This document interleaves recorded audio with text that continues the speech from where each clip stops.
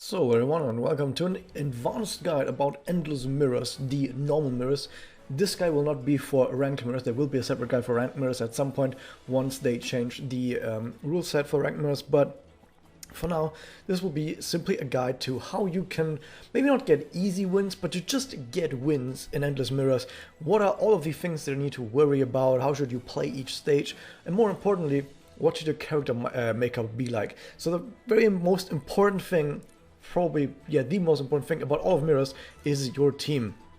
Your team is going to decide, your team is about 80% of what makes you win. The other 20% is going to be how you play. So let's spend some time talking about how you actually create your team in order to win all of these stages. So before we actually worry about what we actually want to do with our team, we need to know how the AI in mirrors actually works. So of course we're playing against an enemy team, but unlike in PvE, there are some rules to how the AI works on the enemy team. So what will happen is the enemy AI, every single time a character gets a disc, they will decide who that character should attack. For example, let's say there's an enemy character, let's just say they're water type, and they're attacking this team that I have right here. The question is, who will they attack? And the answer is simply the one with the lowest defense. They will always attack the one with the lowest defense, at least in this situation. So who on my team has the lowest defense? It will be this Yachio right here. That Yachio would get attacked by enemy water type, by any enemy water type. The reason why I say water type is what happens if, for example, if there's an enemy who's dark type. Now, my Yachio, of course, has the lowest amount of defense, but there is another target available, my Tart, who is light type. And here's the second rule: if they see the elemental advantage on their side, they will attack that character instead. So any dark type character will always attack my Tart first, and then the other two. Similarly, if for some reason my Tart had lower defense than the other two characters, if there was an enemy grass type or forest type, they would always attack my water types first. Which one of the two water types? Well, my Yachio, because she has lower defense. And that is for the most part how enemy AI works. There are some more important aspects about it, but the most important things to know just off the bat is they go by elemental advantage first, then by who has the lowest defense, or in general, who believe they can deal the most amount of damage to. Secondly, the enemy tries to figure out how many attacks it will take to kill one of your guys. For example, let's say my Yachio has been damaged a bunch and she's on 10,000 HP. Now there's an enemy who attacks her, and let's say, for example, the enemy attacks and then afterwards thinks to themselves, how many attacks will I need to kill that Yachio? If, for example, they believe it takes only one attack to kill that Yachio with them, they will specifically place one attack on Yachio, and if they're grass type, for example, or actually any type, they will then go to the next best target, which in this case would be Nanaka, and then they will place the other two attacks on Nanaka, unless they believe that it can kill in one attack, but they will then place the other two attacks on Nanaka. And of course something can interfere with that. For example, let's say, for example, my Tart had Guardian or Provoke, something like that. They still try to place that one attack on Yachio, but if that attack that was supposed to hit Yachio gets guardianed or provoked by a Tart or someone else, then the other two attacks will still go on Nanaka and Yachio will survive. Another thing, if Yachio, for example, had evasion, then what would happen is it's possible that she would evade that first attack, and the enemy believes, well, we only needed one attack to kill the Yachio, and we did that one attack, so the other two attacks can now go on Nanaka. So this is why sometimes when you play mirrors, it might look really weird that the enemy team randomly switches target, but that will usually be because the enemy believed that it would kill you, but then it didn't. What can also happen is, I think they go with the expected damage that they do, but of course there is some sort of randomness to it. And in that randomness, you have a plus minus 5% damage that your attack can either do more or do less. And it's, for example, possible that they believe that they can just barely kill one of your characters, but because they get bad RNG, they get a bad roll, your character survives with like 100 HP or something, and they still switch to another character because they believed it would have killed. So those are the two important things. They will try to do the maximum amount of damage, and they will try to calculate how many attacks it will take to kill a character, and then switch their attacks on another character if they believe a character should have died from one of their attacks. Now that we know that, can we do something about this? So first off, of course, as I already mentioned, with Guardian, Provoke, and with Taunt, you can kind of mess with everything, with Evade as well. You can mess with the enemy targeting, because either they misplace their attacks and their calculations on who is going to die and how many attacks is going to be completely off, or they're trying to attack someone who has a low defense, but then either that character evades or another character guardians for them, and then they also attack the wrong target or just don't do any damage. So these are some of the ways that we can deal with that. Of course, these ways are completely random though. Aren't there ways to deal with all of these without having to rely on randomness?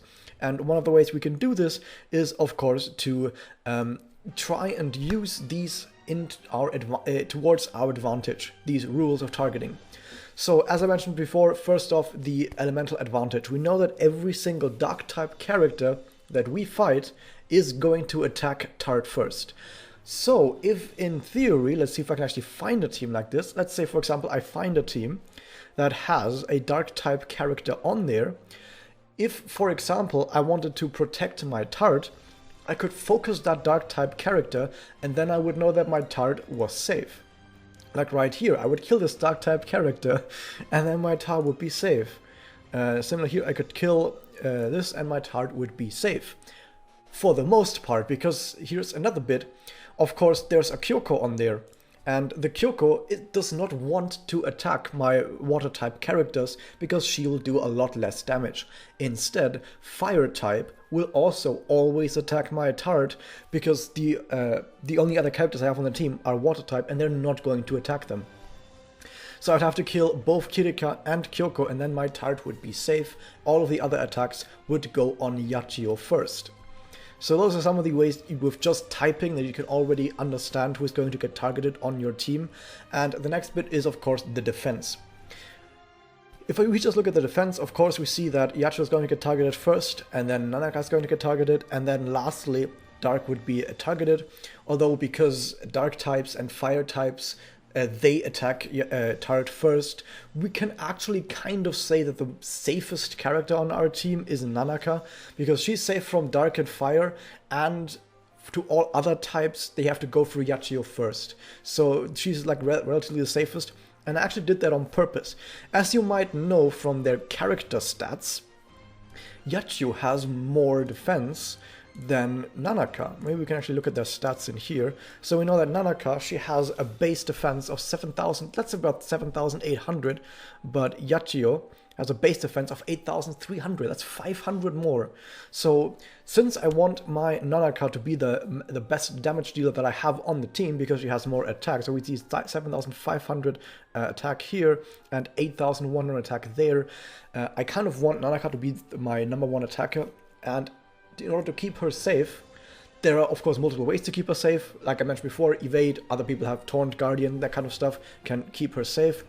If, for example, I had a fire type character on my team, maybe my fire type character kills enemy grass type characters. I keep saying grass forest type characters, and then the forest type characters, since they are dead, they can't attack her anymore, stuff like that. But I want to do with defense because of course defense doesn't rely on any sort of RNG. It just works if they have more defense. So I specifically equipped Memoria onto my Yachio that have lower defense than the ones that I equipped on Nanaka, so that Nanaka would end up with more defense. So you see all of these Memoria have 2,200 defense, while the Memoria that I equipped on Yachio, they have like 1,900 defense. They have way less defense, and therefore my Nanaka is going to be safe because everyone's going to be attacking Yachio. There are some other things you need to keep in mind about this, is that it is kind of lying to you in that the number that it says down there is not their actual defense value. I mentioned this before in some other video, where you have these awakening bonuses, and these awakening bonuses actually increase the base. So you see the base right here, this 7,800 defense that I have, that gets increased by 7%, and then on that increased value, on top of that, you just get the Memoria. The reason why this is still accurate is because Yachio has the exact same defense bonus. But if Yachio, for example, had an 8% defense bonus instead of 7%, she would actually have more defense than Nanaka, and my Nanaka would still be getting attacked. So that is something to keep in mind, that the awakening bonuses can throw everything completely out of whack. So if you're sitting at home and your characters have different kinds of bonuses, and you're trying to figure out what they should, what kind of values they should have, the first thing you need to do is get the actual values, because these values you see here aren't the actual values. So you would go and take your calculator out, you would put in the 7,797 defense times 1.07, that's a 7% from the awakening bonus, then you get that value, and then on top of that value you do plus, and then what it says here in the back for Memoria, 4,405, put that in, bam, and you get the full value. I can actually do this right here. You don't see my calculator right now, but I'm going to tell you what her actual defense is. And her actual defense is 12,747. That's about 500 more than it actually shows here. That's just something the game does. The game is just really weird in that it doesn't show you the correct values for everything, because awakening bonuses just aren't factored in anywhere. But yeah, that's just kind of a thing to worry about if you're trying to like really make it really close with the defense. Of course, if one character has like 2,000 more defense than the others, then it's kind of obvious that they're not going to get attacked. Something else to keep in mind is that's not all that the game is lying to you about, because you see these bonuses for the formation. For example, this gives an attack up bonus with 3 arrows up. Over here we have the defense up bonus. Those bonuses get applied at the very end, and they also don't actually show up in the stats. So attack up 3 arrows is about 25% that gets applied at the very end. So after you've calculated the attack times awakening bonus times Memoria bonus, then on top of that you do another times 1.25, like 25% bonus, and that's your actual attack or your actual defense if it's a defense buff going into it. So for example, my Tard doesn't actually have like 13,000 defense. With the awakening bonus it's probably more like 14,000 in total, but he doesn't actually have that either, because the formation bonus is another 15% in defense. So she actually has 15% on top of that. She has like 15,500 defense or something. This Tard is incredibly defensive because she has like 2,000 more defense than it actually shows in her stat screen right here because of the formation. So you also need to worry about the formation kind of screwing with that. So it's not quite that simple to just look at the numbers and then go, oh, there's a higher number there, she's going to get attacked last. And then there's another thing to worry about, which is of course buffs that happen in the actual stage you're in. So if, for example, I were to equip my Yachio with any sort of passive that gives more defense, for example, there are totally 4 of me, like, wow. This one gives a defense buff at maximum HP, and this also factors in. So the enemy will also realize that you have this buff, and then calculate your buffed defense, and then attack Nanaka instead, because they realize, oh, he actually has a lot of defense because she has this buff.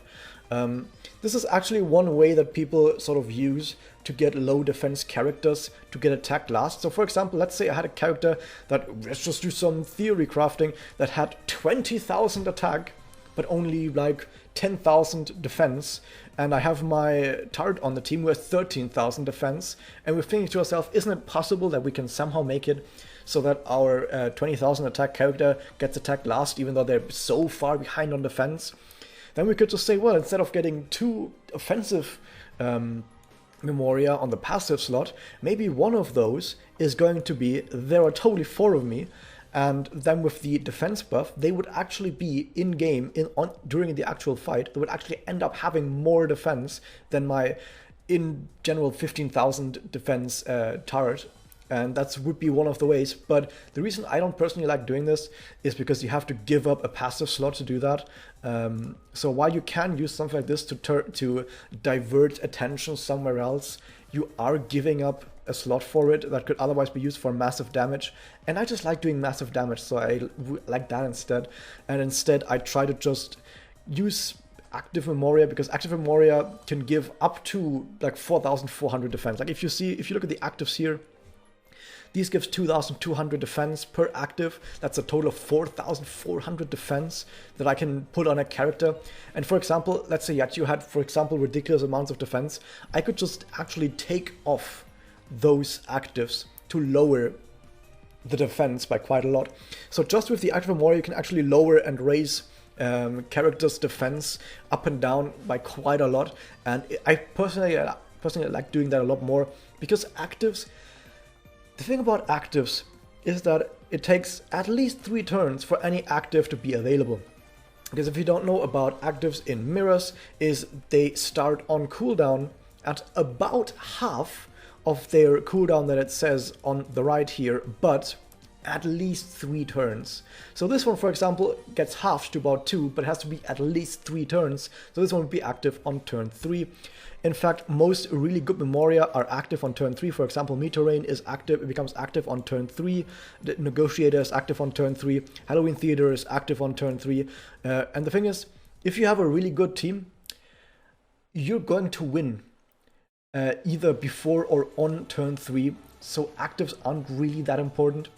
And otherwise, if your opponent has a really good team, you're not going to see turn 3, and if you do, your team will be pretty much dead at that point with like maybe 1 or 2 guys and 100 HP left. So most of the time you're just not going to be able to use actives to full effect. Like sometimes you will, sure, you can maybe go full tank teams and then maybe they can be effective, but for the most part, actives aren't going to be that great. So instead, just get some really cool passives so you can do maximum damage, and then use the actives just to divert attention to the character that you want the enemy to attack.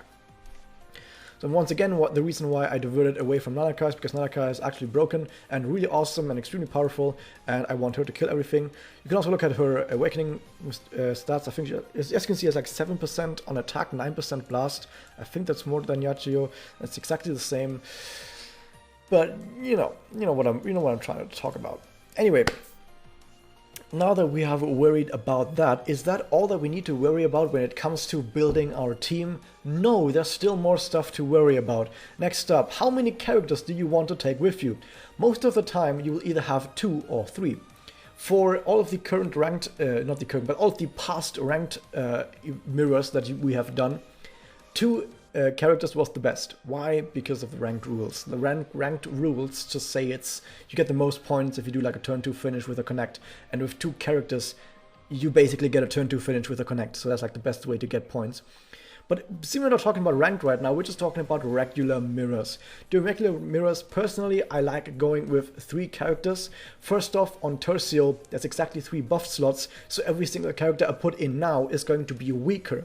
Every single character put in now is going to weaken the overall power of my team, because I'm gonna have to get more lucky to get good discs if I have 2 characters in there now who aren't buffed and will be worse than the rest of my team. Next up, getting good connects off will usually just end the stage immediately. If my Nanaka ever gets a connect off, the game is over. I haven't seen a single mirror stage yet where Nanaka Connect went off on my team and the enemy team didn't instantly explode. So there are some connects in the game that are just so incredibly powerful that they just end the entire game immediately. So because of that, getting these connects to actually go off is really awesome, and so having 2 or 3 characters on your team makes it a lot more likely to actually get those connects off. So that's something that you want to keep in mind. What you can also do, however, is you can go with 5-man teams, and if every single character on your team is really strong, that is something you can do. It's just that most of the time you will set yourself up to disappointment when it comes to RNG. Like, you might get really unlucky, or you might run into situations where the enemy team just blasts you to bits. That can also just happen. So that's not very nice, but you can go with 5 as well. It's just more difficult. 3 is usually what you go with. Also, something to keep in mind, now we're going into a different direction. How do we actually deal the most amount of damage in mirrors? By the way, we've been on the screen for like 19 minutes, but it's like the most important part about mirrors. The actual fighting isn't actually that important. Like, if you want to be good in mirrors, this is the screen you should be looking at. So, how do we actually deal the most amount of damage? And as I already mentioned a lot of in other videos, is that in PvE, enemies usually don't have that much defense. They maybe have like somewhere between 5,000 and 7,000 defense is what enemies usually have. And since the attack stat that you have gets a lot stronger when enemies have, put it a different way, is stacking attack is a lot more important when enemies have high defense. When enemies have low defense, it doesn't really matter if you stack attack or if you stack damage up, and in fact you actually want to have a mix of both of them if enemy defense is low. So that's why in PvE I say, okay, you want to have a lot of attack, but you want to throw some damage buffs in there. You want to have maybe some blast up, you want to maybe have some damage ups in there, and that is going to be really important in PvE. But in PvP, enemies will have a lot more defense. For example, as I already did the maths, my turret on the field has maybe somewhere around 15,500 defense, something around there, which is quite a lot. So since my turret has this much defense, I need a lot of attack to counter that. Damage buffs or damage modifiers like damage up that you get from Bible, or blast ups that you get from here, any sort of damage modifiers that aren't attack up, like basically anything that isn't attack up, really struggles against high defense. High defense makes those kinds of damage modifiers completely pointless. What you need in order to overcome high defense is high attack. Only high attack can beat high defense. With that in mind, similarly to as I said in my PvE video, every single character needs to have at least one attack boosting Memoria. But in PvP, you can even say put 2 on there if you have 2 really good attack up Memoria. So for example, here we have my Iachio, who's like my least damage dealer, who has I Made Friends, and she has a Bible. If I had another really good attack of Memoria, there would be another good attack of Memoria right here. My Nanaka, as I already mentioned, is for the most part like my most safe character on my team, so she gets to wield the sword, or to be more exactly, Sword of Flaxen's Baby Teen Light and Dark. Because it's most effective when she stays at full health. Then we have a blast damage up. This is also another thing that if I had a Memoria that gave me quite a lot of attack, I would use that instead. But the thing is, of course, all these Memoria, they have attack value on them just passively. So even if you don't have another Memoria that increases attack stat as a buff, like Sword, you can at least take one that has a lot of attack just from just being equipped. And of course, Turret I gave the most amount of damage just because Turret has the most amount of base damage, and even though she might get attacked by enemy fire and dark type characters, I still want to make sure that if I get Turret discs, the enemy just dies. So I have an I Made Friends, and I have a QA Knight Rides 4th, which increases attack in total by quite a lot. This turret has, on the actual field, like in battle, she has well over 20,000 attack. She may be like 22,000 attack, something. I haven't done the maths, but this turret has like somewhere around 20,000 attack. It's actually quite ridiculous how much attack this turret has. And the important part about this is that even if there's an enemy that has a lot of defense, with this much attack, they're still just going to get absolutely destroyed. And that is basically the goal of this.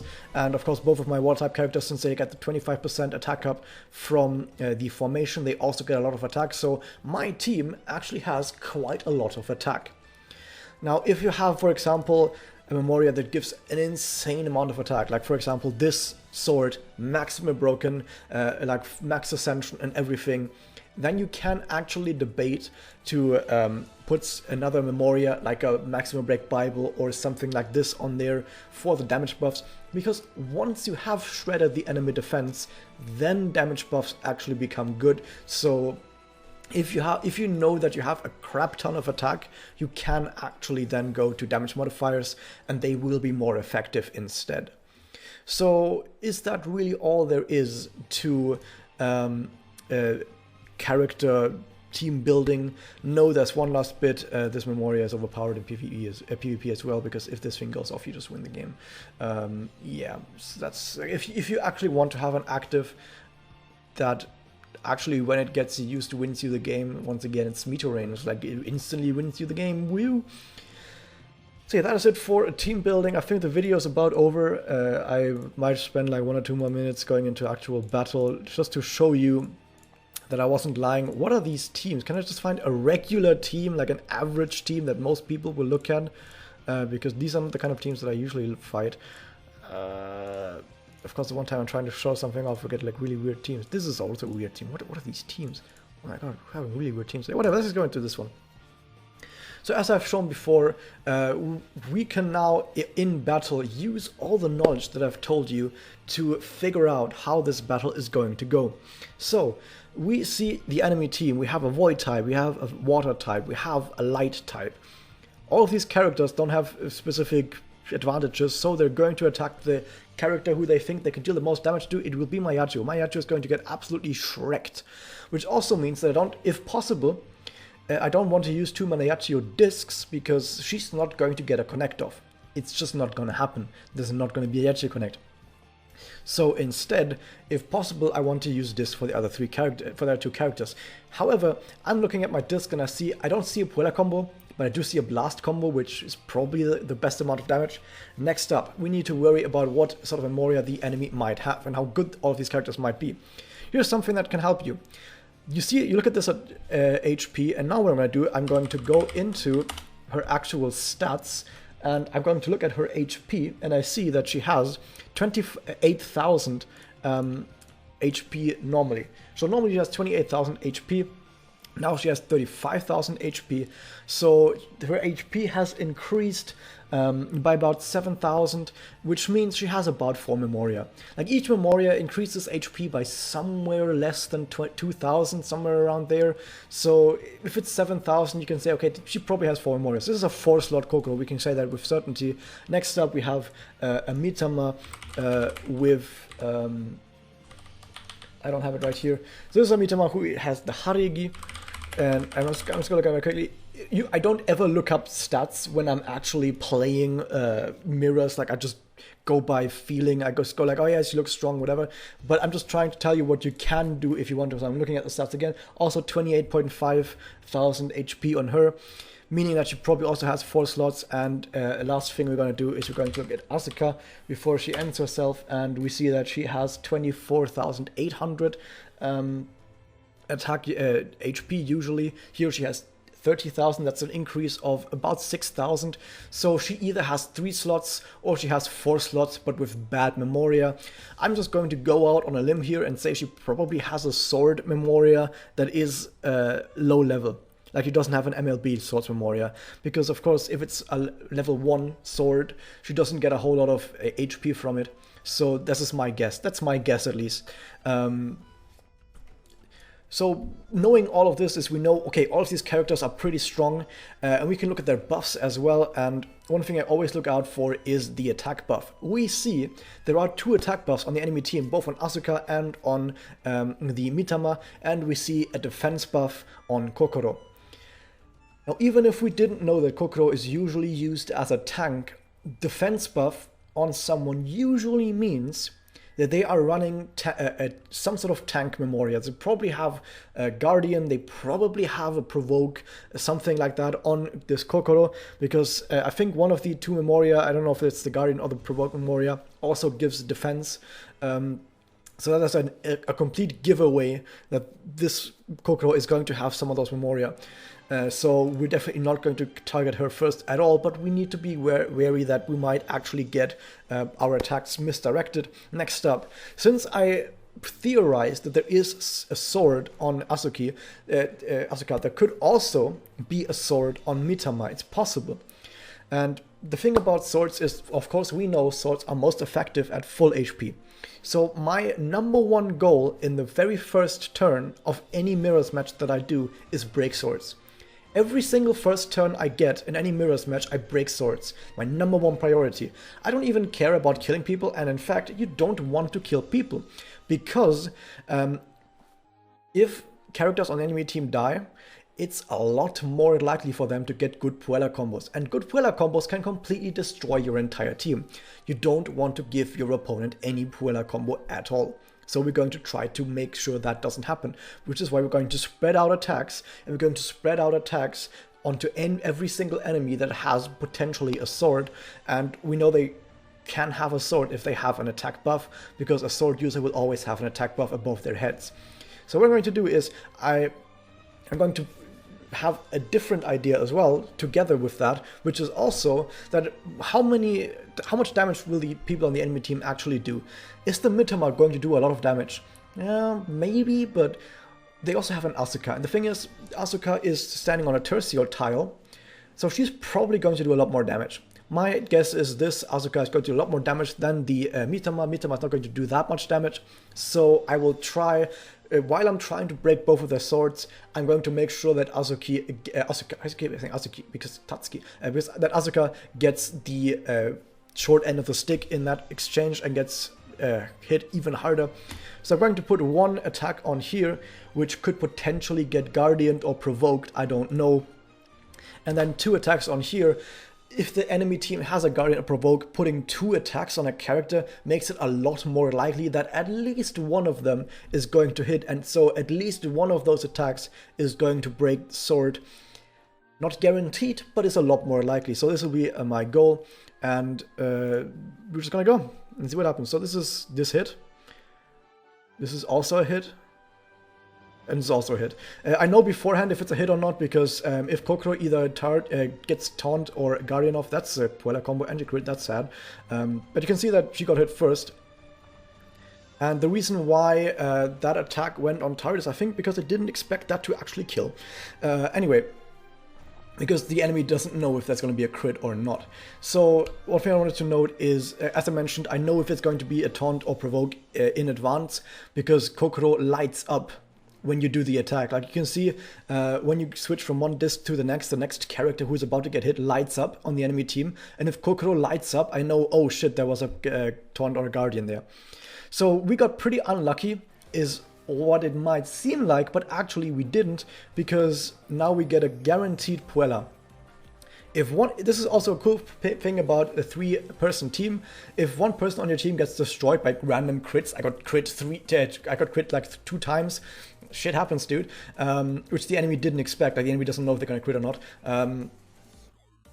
I know that I'm gonna get not a connect, but I'm gonna get a Puella combo off the turn afterwards. And if somehow my 2 guys survive the turn after that, I'm gonna get a guaranteed connect the next turn after that. So a 3-people team becomes a 2-person team, which gives you immediately the bonuses of having a 2-person team while having a better turn 1 in general and a more safe turn 1. So here we just do the Puella combo, and as you can see, the enemy defense doesn't do a whole lot. That was extremely likely, but as you see, the enemy does indeed attack Nanaka first, because that's what they just say is going to take the most amount of damage. Like I said, they only attacked Tard earlier because they didn't expect those attacks to kill. That can also happen, that they randomly attack someone else because they just didn't expect their attacks to kill, but it killed anyway because of RNG in some ways. Now you see, my actives are ready, but do I really need actives on this? I don't know. I mean, it's really lucky of her that she survived to begin with 51 HP. It's really lucky that she survived to begin with. So it was almost a 2-turn finish. Do I really need actives anymore at this point? But you bet I'm gonna use all of them anyway, just to rub it in. We also just saw that there is indeed a Bible on her, which is one of the reasons why she dealt no damage. So if you're the person who owns this enemy team, take the Bible away from Kokoro. As you just noticed, that Kokoro did absolutely no damage against my Nanaka. And why is that? Have we paid attention? It's because you need high attack to get past enemy defense. This Kokoro does not have high attack, so she doesn't get past my defense. And if you don't get past your enemy's defense, damage buffs like Bible gives aren't going to do anything. I once have seen an enemy Yachio that had I think probably 2 blaster buffs on her, and she dealt like 6,000 damage to me, because blaster was a damage modifier and she had like 0 attack probably. But yeah, so as you can see, this is usually how stuff goes. And also one cool part is if you kill the tanks last, even if you set up the fight in such a way that the tank survives last. You can be like, oh no, the tank is going to get a Puella combo. I have not ever seen a tank character kill anything with a Puella combo. Like strong characters, like any of my stronger characters, it just doesn't happen. They do so little damage, it just doesn't happen at all. The reason I'm connecting here is I'm still used to ranking, and ranking always want to connect, but of course it wasn't needed to do a connect here. And that is how you play normal mirrors. This is just how you win battles. I know most of this was just character creation and then taking that knowledge into, or team creation, and then taking that knowledge with you into battle, but that's basically all that mirrors is. You just create a strong team and then you just bash them against your opponent. You break swords, leave the tanks alive, and that's basically how you play mirrors. Yeah, I hope you guys enjoyed this. Hit that subscribe button, ring the bell, leave a comment, like button, subscribe button, I don't even know. Yeah, I hope you can enjoy this. See you guys next time.